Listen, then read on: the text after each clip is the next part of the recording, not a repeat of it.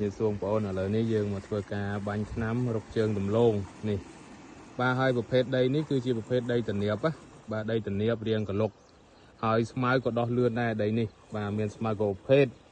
ប្រទះខ្យងមានស្មៅជើងក្រាស់មានវល្លិមានអីនឹងច្រើនឥឡូវនេះខ្ញុំមានវិធីមួយគឺថ្នាំខុំបាទនេះគឺថ្នាំខុំពួកអាស៊ីថូក្រនេះគឺជាប្រភេទថ្នាំខុំគ្រាប់បាទដីនៅក្នុងដីរងដំឡូងយើងហើយក្នុងមកទឹក20លីត្រយើងលាយ50ទៅបាទយើងលាយជាមួយថ្នាំស្មៅមកថងបាទលាយលើសហ្នឹងក៏បានដែរបងប្អូនណាបើសិនជាដីយើងស្មៅខ្លាំង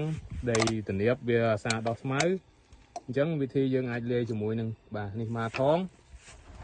បូកជាមួយនឹងថ្នាំខុំត្មងទៅដើម្បីខុំគ្រាប់និងកាត់បន្ថយនៃការដោះវាបាទហើយសម្រាប់មកថងយើងលាយមកកំប៉ុងនេះទៅនេះមកកំប៉ុងវើកឬមកកំប៉ុងអីគេស្អីគេទេនេះដាស់បាទមានន័យថាយើងលេខចន្លោះពី 200cc ទៅ 250cc តាមស្មើក្រាស់ស្មើស្ដើងអញ្ចឹងណាបាទហើយថ្នាំខុំគ្រាប់នេះអាស៊ីថូក្រនេះយើងលាយ50ទៅ100ទៅអត់បញ្ហាទេយើងអាចលេខ 100cc ក៏បានបាទព្រោះអីបើសិនជាដីទំនាបងាយនឹងដោះណាស់ដូចប្រភេទដីខ្ញុំនេះបាទគឺដីទំនាបវាសើមរហូតអញ្ចឹងការដោះស្មៅវាលឿនបាទលឿនអញ្ចឹងយើងធ្វើការឃុំទៅកាត់បន្ថយនៃការដោះបានច្រើនព្រោះឲ្យខ្ញុំធ្លាប់បាញ់ឆ្នាំទៅក៏ខ្ញុំលាយដែរបាទនេះអញ្ចឹងដលងយើងប៉ុណ្នេះពេញហើយពេញបាញ់ងាប់ស្អាតនេះដលងទូចស្មៅខ្ចីបែបហ្នឹងណាបាទព្រោះអីរដូវកាលនេះជារដូវកាលដាំដោះដលងមីឆ្នាំថ្មី2025ហើយបាទថ្ងៃនេះថ្ងៃទី4ខែ5បាទថ្ងៃទី4ខែ5យើងមកបាញ់រុកជើងដំឡូងបាទដោយប្រើម៉ាថងបូកជាមួយនឹងថ្នាំឃុំគ្រាប់បាទបែតតិចឈ្មោះវាណាធាតុសកម្មវាអាស៊ីថូក្របងប្អូនបាទអញ្ចឹងកុំភ្លេចរដូវកាលដំឡូងមីមកដល់ហើយយើងអាចបាញ់រុកជើងបាទធ្វើម៉េចយើងម្ចាស់ចការយើងមានដីខ្លួនឯងយើងមានដីចំការហើយត្រូវតែដាំហើយអញ្ចឹងអាស្រ័យទៅលើទីផ្សារទេឆ្នាំនេះដឹងឡើងឬចោះបាទបងប្អូន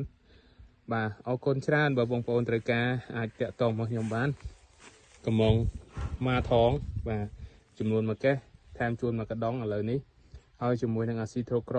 បាទយើងក៏មានដែរថ្នាំឃុំគ្រាប់ស្មៅបាញ់មុតដាំក៏បានបាញ់លាយជាមួយថ្នាំស្មៅក៏បានអរគុណច្រើនជួបគ្នានៅវីដេអូបន្តទៀតឥឡូវទៅមើលគេបាញ់ថ្នាំបន្តិចបាទយើងប្រើម៉ូទ័រណាស្រួលម៉ូទ័របាញ់យើងស្រួលរុកស្ពាយវាស្រាលផងហ្នឹងហើយយើងបាញ់បែបហ្នឹងទៅបាញ់រុកពីក្រោមដលងបាទកុំបាញ់ពីលើវាអាចប៉ះពាល់អញ្ចឹងយើងបាញ់ពីក្រោមហើយចំហាយប៉ះអីក៏អត់បញ្ហាដែរហាពួកម៉ាថងនេះជាមួយនឹងថ្នាំឃុំបាទយើងបាញ់តាមរងអញ្ចឹងទៅបងប្អូនបាទអរគុណជម្រាបលា